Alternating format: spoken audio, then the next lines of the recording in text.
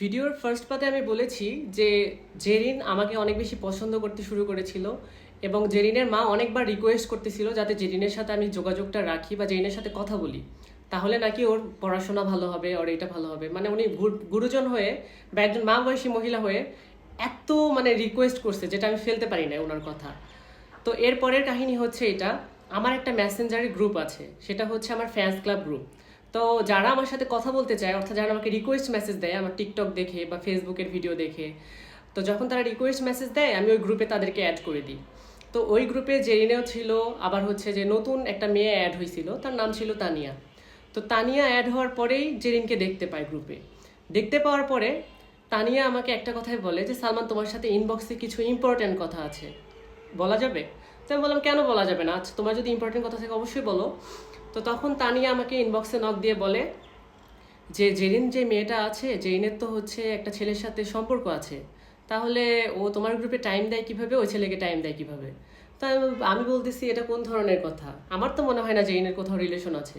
যদি জেরিনের কোথাও রিলেশনই থেকে থাকে তাহলে জেরিন সারাদিন আমার সাথে ফোন দেয়, আমার সাথে এত কথা বলে কেন? যদিও জেরিনের সাথে আমার প্রেম ভালোবাসার সম্পর্ক না, তাহলে সারাদিন এত আমাকে ফোন দেয় কেন, বা ওর মা এত রিকোয়েস্ট করে কেন ওর সাথে কথা বলার জন্য?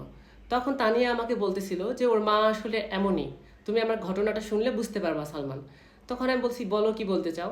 তো তখন তানিয়া আমাকে বলতেছে যে তানভীরের সাথে, তানভীর একটা টিকটকার ছিল, তো তানভীরের সাথে ওর সম্পর্ক আছে। তো বলছে তুমি যদি এটা বিশ্বাসই নাই করতে পারো, তো আমার ওর কথা বিশ্বাস হচ্ছিল না তানিয়ার কথা, কারণ জেরিন আমার প্রতি পাগল দেখি বা এই সেই, তাহলে ও আবার অন্য জায়গায় প্রেম টেম আছে, এগুলো বিশ্বাস হওয়ার মতো নাকি? তো পরে একটা গ্রুপ ক্রিয়েট করে, আমি তানিয়াকে বলি তুমি আলাদা করে একটা গ্রুপ খুলো তো এই গ্রুপের বাইরে, যেখানে 4 জন থাকবে, মানে তুমি, আমি, তানভীর আর জেরিন থাকবে। তো তারপর ওইভাবে ও গ্রুপ খুলে, গ্রুপ খোলার পরে সেখানে তানভীরকে অ্যাড দেওয়া হয়। তো ঠিক রাত 9টা বা 8:30 এরকম টাইমে গ্রুপে কল দেওয়া হয়েছিল। কল দেওয়ার পরে তখন তানভীর অনেক কথা বলল গ্রুপে। অনেক কথার মধ্যে এরকম ছিল যে তানভীরকে অনেক বেশি লোভ দেখানো হয়েছিল। লোভ বলতে এরকম যে বাবা, আমার মেয়েকে বিয়ে করলে তোমাকে 25 লক্ষ টাকা দিব, তোমাকে হচ্ছে যে আমাদের এখানে একটা ভালো ফিউচার করে দিব, আমাদের এখানে একটা ফ্ল্যাট, তোমার জন্য একটা সুন্দর করে একটা ফ্ল্যাট লিখে দিব, এই করব সেই করব।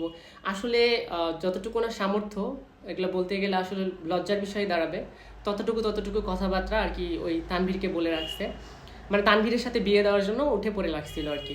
তো এই ব্যাপারগুলো জানার পরে আমার খুব খারাপ লাগে যে আসলে কি ওনারা এরকম নাকি, তাহলে তো ওনাদের সাথে আমার যোগাযোগ রাখাটা একদম সম্ভব না।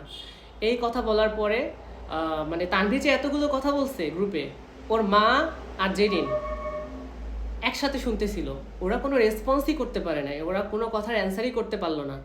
তানভীর এত কথাগুলো বললো, মানে তানভীরকে যে ঠকানো হয়েছে এটা বুঝতে বাকি রইলো না। তো আমার এমনিতেই সব কিছু নিয়ে খারাপ লাগতেছিল, আমি বুঝতে পারতেছিলাম আসলে ওরা কেমন। তো এরপর আমি জেরিনকে ব্লক দিয়ে দিই, ফেসবুক থেকে ব্লক দিয়ে দিই, কারণ জেরিনের সাথে আমার ভালোবাসারও সম্পর্ক নাই, প্রেমেরও সম্পর্ক নাই, ওর সাথে আমার কথা বলার তো কোনো দরকার নাই। আর আমার জন্য তানভীরের সাথে ওর ভালোবাসার সম্পর্ক শেষ হয়ে যাবে, এটা তো আর আমি চাইবো না, তাই না? এই জন্য আমি ওকে ব্লক দিয়ে দিয়েছি। তো ব্লক দেওয়ার পরে পরের দিন সকাল ঠিক 10টা বা 11টা এইরকম টাইমে জেরিনের মা জেরিনকে নিয়ে আমাদের মানে গ্রামের বাড়িতে শোরুমে চলে আসে। প্রায় বগুড়া থেকে আমাদের গ্রামের বাড়ি বান্দাইখাড়া, মানে নওগাঁ জেলার ভিতরে পড়ছে আমাদের গ্রামটা।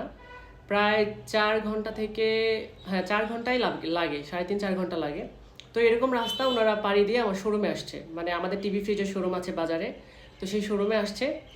এসে ওর মা ঢুকে বলতেছে কি চিনতে পারছো বাবা আমাকে? তা আমি মানে একটু খটকার মতো তাকাইছিলাম, হুট করে একটা মানুষকে চেনা তো আর যায় না। তো উনি, তখন আমি বলতেছি আপনি কি জেরিনের মা? তো তখন বলতেছে যে হ্যাঁ, তাহলে তো ঠিকই চিনতে পারছো। তো বলছে আপনারা এখানে কেন? তখন বলতেছে যে আহ, আমি বলতেছিলাম আপনারা এখানে কেন আর কিভাবে আসছেন এত দূর, মানে কেনই আসছেন? মানে আমার পুরো অবাক লাগতেছিল, আমার পায়ের নিচ থেকে মাটি সরে গেছে ওনাদের দেখে, যে নাই কোনো প্রেম সম্পর্ক, নাই কোনো ভালোবাসার সম্পর্ক, উনি ওনার মেয়ে নিয়ে আমাদের শোরুমে চলে আসছে।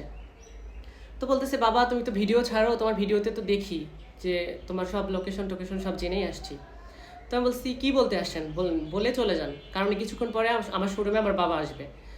আর পরে ওনার মানে ওই মহিলা আর কি, মানে জেইনের মা, পরে হচ্ছে যে বলতেছে যে বাবা তানভীর যেগুলো কথা বলছে ওগুলো একদম মিথ্যা কথা বলছে।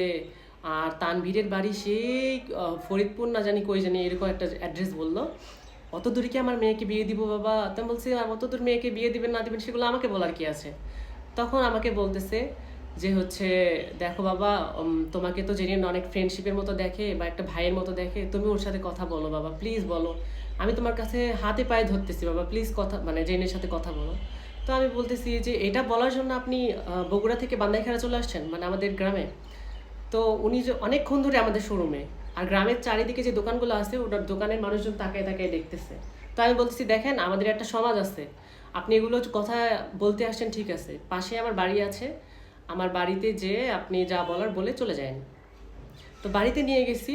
বাড়িতে নিয়ে যাওয়ার পরে আমার আম্মু দেখে পুরো অবাক, যে জেরিন আমাকে নিয়ে ভিডিও করতো।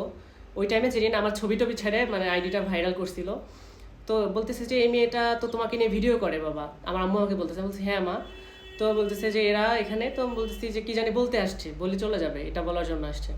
তো তখন আমার আম্মুকে অন্য রুমে নিয়ে যায়, বলতেছে আপা জানেন, পরে আমার মা এগুলো আমাকে বলছে, আমি পরে জানতে পারছি, আপা জানেন সালমান ওর গ্রুপে অনেক ছেলে মেয়ে থাকে, সবার মাঝখানে সালমান আমার মেয়েকে অনেক পচাইছে।